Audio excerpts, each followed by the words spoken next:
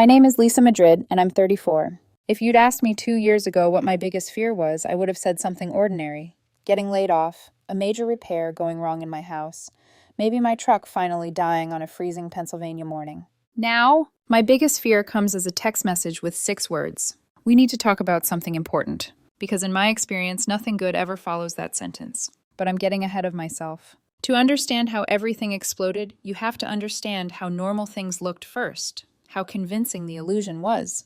Because for a while, I genuinely believed my ex-wife and I were doing what everyone claims they want after a divorce, co-parenting like mature adults. And that belief made what came next hurt a lot more. I live in a quiet suburb in Pennsylvania, the kind where neighbors wave but don't pry, where lawns matter and people shovel their own driveways. I work as an electrical engineer for a manufacturing company. I've been there 9 years. Started as a junior engineer, worked my way up to senior project lead.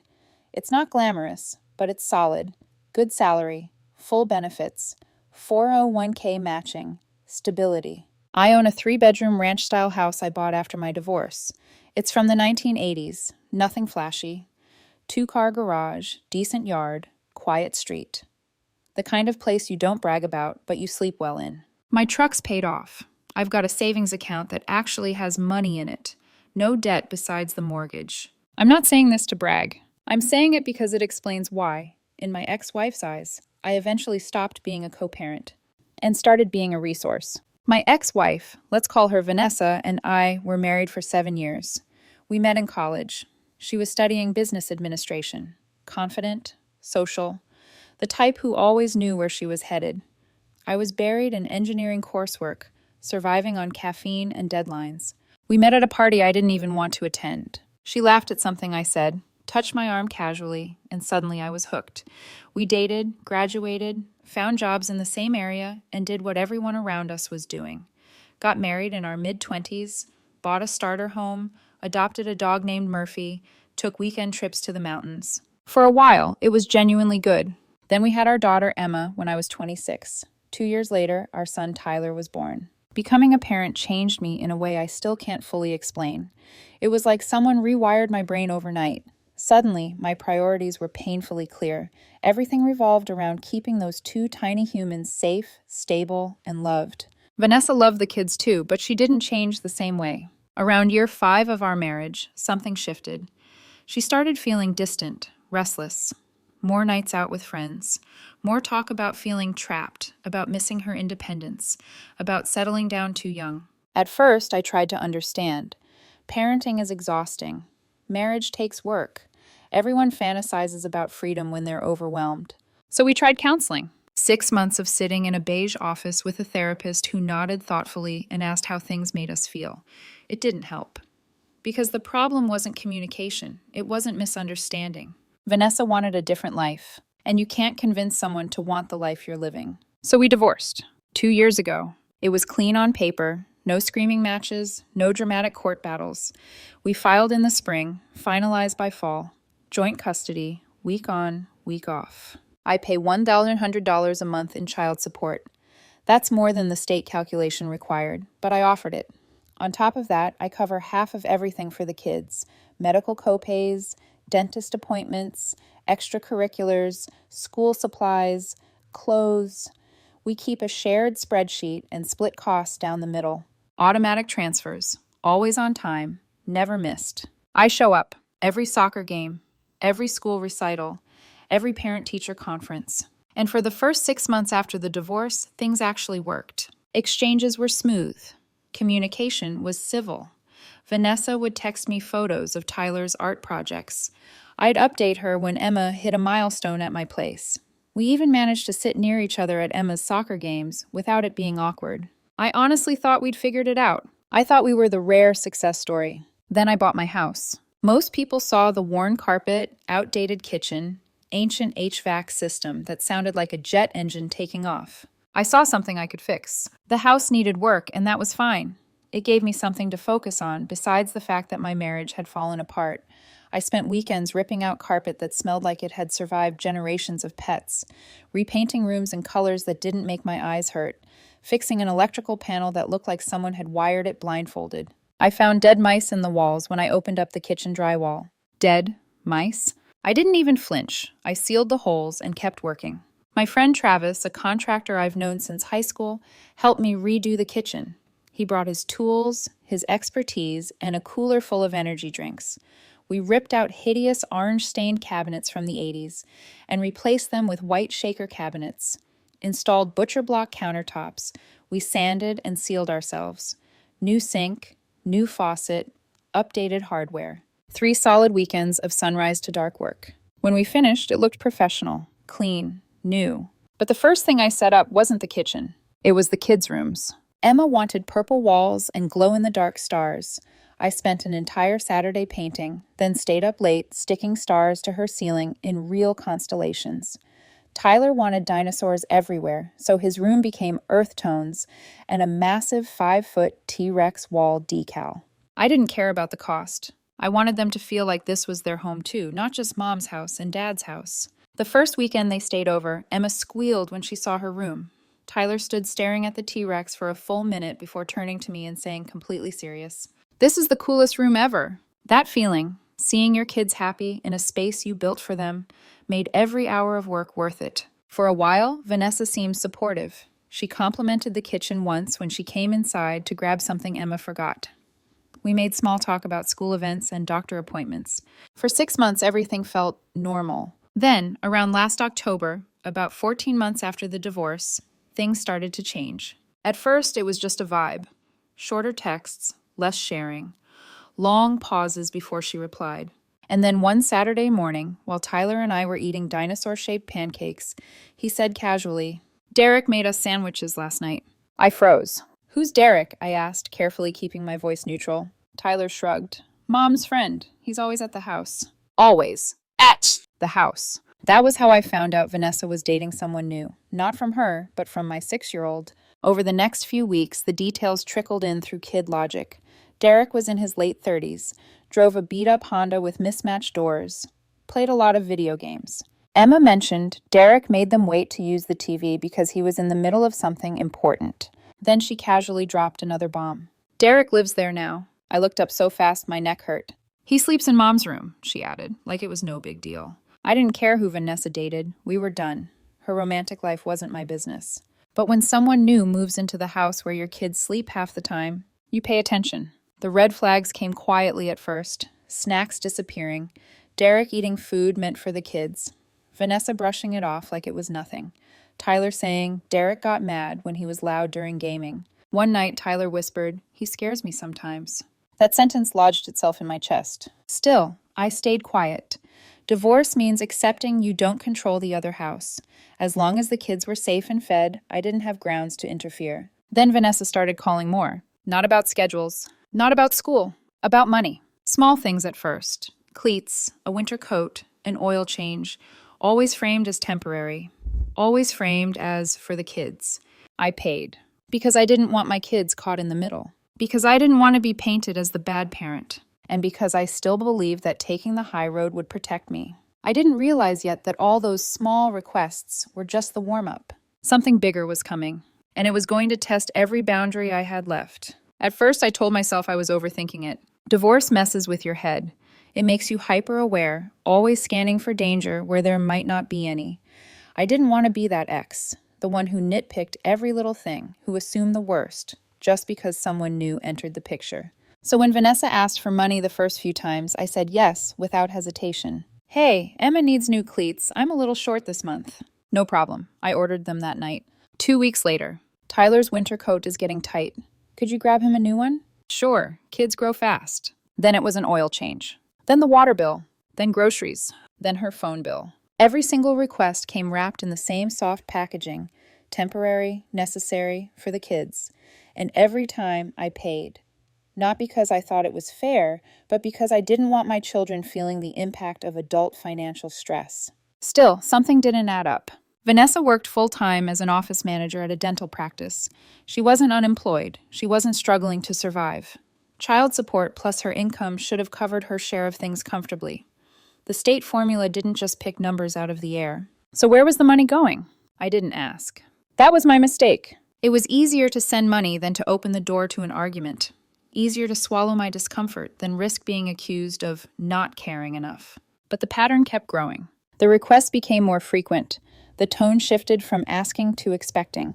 If I didn't respond right away, she'd follow up with a sigh-filled text or a passive comment about how stressful things were at her house. "You're lucky you don't have to deal with this. Our place is so chaotic right now. I just want stability for the kids." That word, stability, started popping up a lot. The kids noticed the tension too. Emma started hesitating before asking for things, like she was afraid she'd be told no somewhere else. Tyler grew quieter at drop-offs, clinging to me longer than usual. And Derek? Derek was everywhere in their stories. Always on the couch, always tired, always gaming. Emma told me he ate the last of her snacks more than once. Tyler said Derek got annoyed if they were loud after school. Derek borrowed Emma's art markers and never gave them back. Small things. But small things add up when they all point in the same direction. One night, Emma asked me, very carefully, "Daddy, are you mad at Mom?" I knelt in front of her and shook my head. "No, sweetheart. Grown-ups just have to figure some things out sometimes." She nodded, but her eyes stayed worried. That's when I realized the kids were feeling things I hadn't said out loud. Vanessa started leaning on guilt more heavily after that. If Derek can't get on his feet, things are going to stay tense here. I just don't want the kids growing up in chaos. "You have so much more than we do, Lisa. It wouldn't hurt you." That last line stuck with me, because it wasn't about the kids. It was about comparison, about resentment, about what she thought I owed her because my life looked more put together than hers. The breaking point came in early February. It was a Wednesday night. I was in my garage, fixing my truck's brakes. The squealing had finally driven me insane. I had the wheel off, tools spread across my workbench, hands black with brake dust. My phone buzzed. Vanessa. I almost let it go to voicemail. Almost. But when you have kids, you don't ignore calls. It could be an emergency. "Hey," I said, wiping my hands on a rag. "What's going on?" "We need to talk about something important." That tone. Careful, rehearsed. My stomach tightened. "Okay," I said slowly. "What's up?" "So Derek's been working really hard to get his life together," she began. "He's decided to get his real estate license." I waited. She didn't stop. The courses and exams cost around $4,000 total. Online classes, study materials, exam fees, and his laptop just died. I frowned. "Why are you telling me this?" "Well," she continued, like this made perfect sense, "we were thinking you could help cover it." I actually laughed. A short, disbelieving sound that escaped before I could stop it. "I'm sorry, what?" "It would really help our family situation if Derek had a stable career," she said quickly. "He's going to be living with us permanently. The kids need stability." Our family situation. That's what she called it. I leaned against my workbench, suddenly very aware of how cold the garage felt. "Vanessa," I said carefully, "why would I pay for your boyfriend's career training?" "Because you're their mother," she snapped. "You should care about the environment they're in." "I do," I said. "That's why I pay child support. That's why I cover their expenses. Derek's career is not my responsibility." "You're being selfish," she shot back. "This isn't about you or me. It's about what's best for Emma and Tyler." "They already have a parent supporting them," I said. Me. "They need a stable male role model in my house," she insisted. My hands curled into fists. "They have a parent, and I'm not funding Derek's life." Silence. Then her voice changed. Gone was the emotional appeal. What replaced it was cold. "Fine," she said. "I was hoping we could handle this like mature adults." She hung up. I stood there for a long time, staring at my phone. Did she really just ask me to pay for her unemployed boyfriend's career change? And frame me as a bad parent for refusing? That was just the beginning. Over the next few weeks, she brought it up constantly. "Things are tense here." Emma asked why you won't help Derek. "Tyler's teacher says he seems distracted. Maybe it's because our house is unstable." I told her to stop involving the kids. She accused me of standing in the way of Derek bettering himself. Then she dropped the hint. "It would be unfortunate if I had to limit the kids' exposure to your negativity." That's when it hit me. This wasn't about money.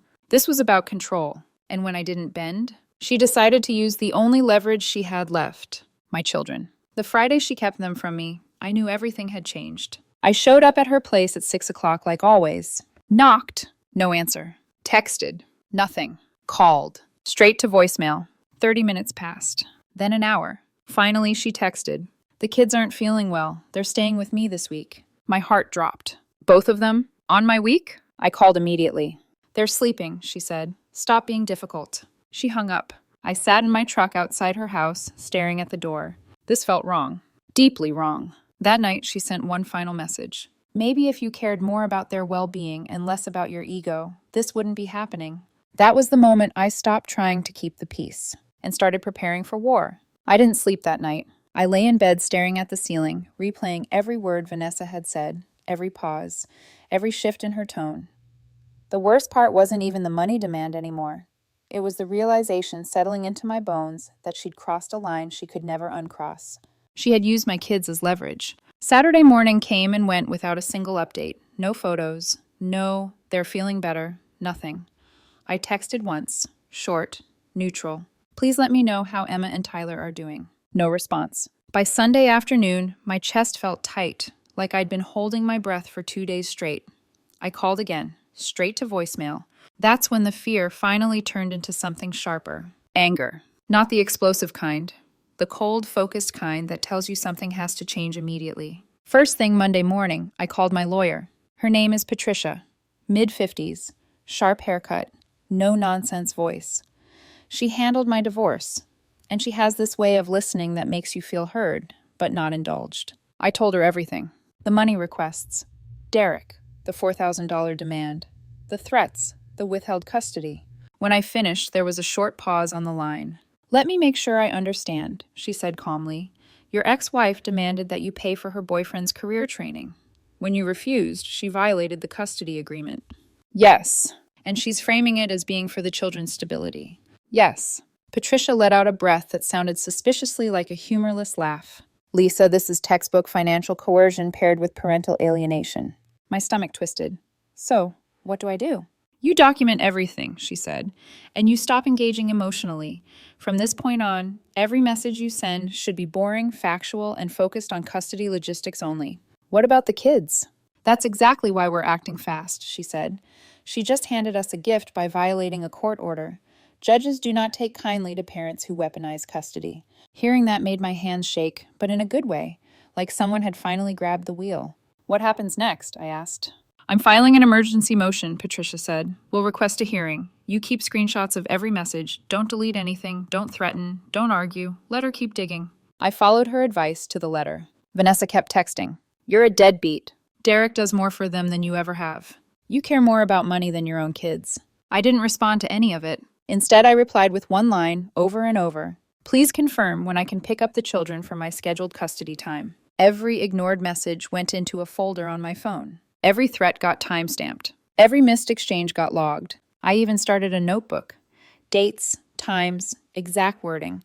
The things the kids repeated that sounded suspiciously adult. When I finally got Emma and Tyler back the following week, after Vanessa decided to allow it, they were different. Quieter.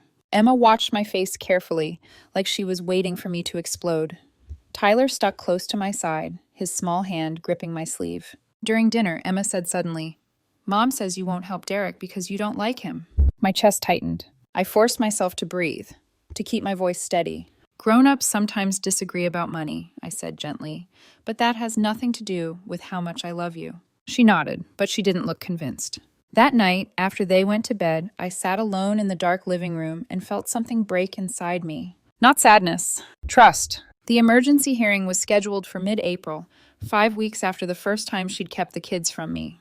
Those weeks were hell. Vanessa escalated, late drop-offs, forgetting their school bags, claiming the kids were upset because of me. I documented everything. When the day finally came, I showed up to the courthouse with Patricia and a thick folder of evidence. Vanessa arrived with Derek. I almost laughed. The judge was a woman in her 60s with silver hair and eyes that had clearly seen every excuse imaginable. She flipped through the paperwork silently. Ms. Vanessa, she said finally, please explain why you withheld court-ordered custody time. Vanessa straightened. I was acting in the best interest of my children. Their father refused to support household stability. The judge raised an eyebrow. What does that mean? She wouldn't help ensure that the male role model in my home had stable employment. The courtroom went very still. Patricia stood. Your Honor, the respondent demanded that my client pay $4,000 for her boyfriend's real estate licensing courses. When my client declined, she violated the custody agreement. The judge looked directly at Vanessa. You withheld custody because your ex-wife wouldn't pay for your boyfriend's career training? It's not that simple, Vanessa said weakly. It sounds exactly that simple, the judge replied. She didn't raise her voice. She didn't need to.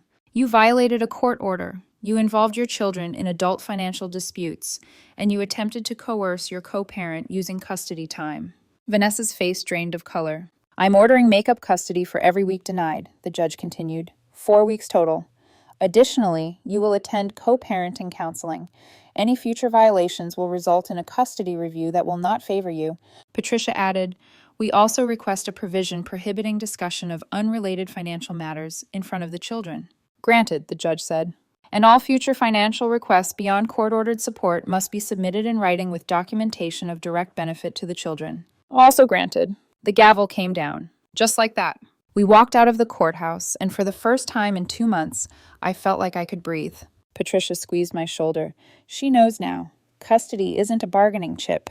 The makeup custody started the following week. Vanessa dropped the kids off without a word. No apology. No eye contact. But Emma and Tyler seemed lighter, like something heavy had been lifted. That night, Emma asked quietly, are you and Mom fighting? We had a disagreement, I said, and we're getting help to work it out.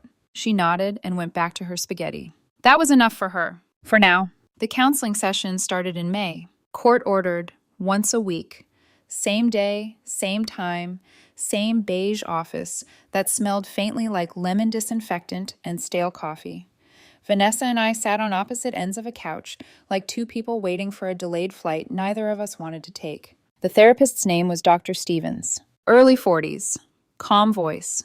The kind of man who didn't raise his eyebrows when people said wild things, just waited long enough for the silence to make them uncomfortable. The first session, he laid down ground rules. No accusations, he said evenly. No revisiting the marriage unless it directly affects co-parenting. And most importantly, this space is about the children, not about financial resentment. Vanessa nodded vigorously. I stayed quiet. I'd learned my lesson about words. 10 minutes in, Vanessa tried anyway. It's just really hard, she said, sighing dramatically.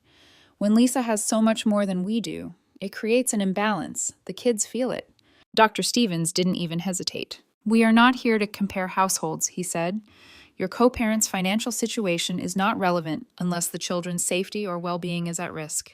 Is it? Vanessa opened her mouth. Closed it. No, she said. Then we're moving on. Something shifted in her expression, not anger. Fear. Because for the first time, the narrative wasn't working. Over the next few sessions, boundaries were set, real ones, with teeth. All communication would go through a co-parenting app.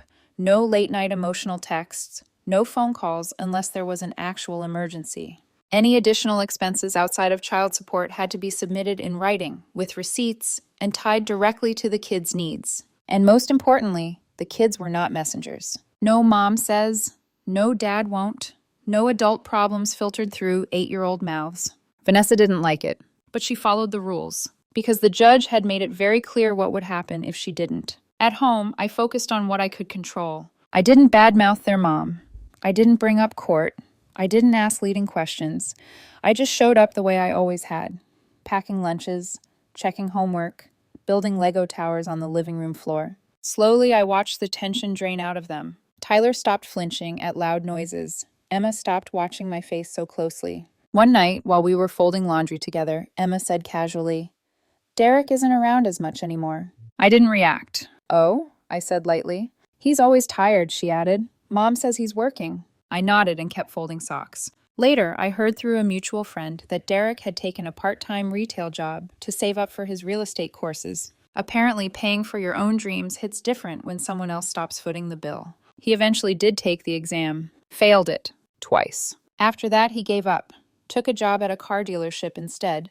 Commission-based. Long hours. Less gaming. I don't know if he's still with Vanessa. And honestly, I don't care. Because by then, something inside me had finally settled. The real victory wasn't court. It wasn't watching Vanessa lose face in front of a judge. It was learning, really learning, that boundaries aren't cruelty. They're clarity. The last counseling session ended quietly. Dr. Stevens smiled at both of us. You don't have to like each other, he said. You just have to respect the structure. Vanessa avoided my eyes. I didn't need an apology. I needed peace. And for the first time since the divorce, I finally had it. By June, the chaos finally burned itself out. Not because Vanessa apologized, not because she suddenly understood how wrong she'd been, but because the rules were no longer optional. The co-parenting app became our only line of communication. Every message was time-stamped, archived, visible. No emotional baiting. No guilt-laced paragraphs sent at midnight. Just logistics. Pickup is Friday at 6. Emma has soccer Tuesday at 5. Tyler's dentist appointment is next Thursday. Boring. And that was exactly the point. Anytime Vanessa needed something extra, actual kid-related expenses, it came with a receipt and a brief explanation. No sighs, no commentary about my income, no implications that I owed her anything beyond what the court had ordered. The first time she submitted one of those requests properly, I almost laughed. Not because it was funny, but because it proved something important. She had always been capable of respecting boundaries. She just hadn't wanted to. At my house, life settled into a rhythm again. Pancakes on Saturday mornings, homework at the kitchen counter, movie nights in the basement with popcorn and blankets piled too high. Tyler rebuilt the same Lego spaceship over and over. Emma started practicing her recital lines in front of the mirror like she was on Broadway. They laughed more. They slept better. They stopped asking questions that didn't belong to them. One night, Emma asked, "Are you and Mom still mad at each other?"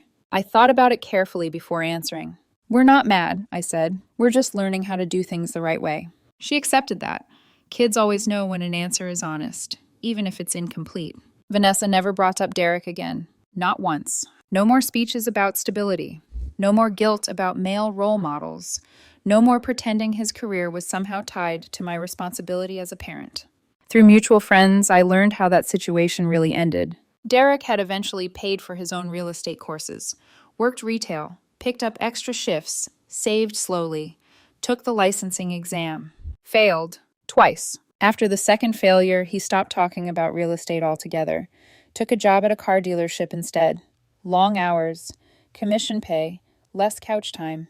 Whether he and Vanessa are still together, I genuinely don't know. And for the first time, that realization made me smile. Because indifference? That's freedom. The kids adjusted to the new normal faster than I expected. The anxiety they'd been carrying, quietly, invisibly, seemed to evaporate once the tug-of-war ended. They didn't have to carry messages anymore. They didn't have to feel responsible for adult emotions.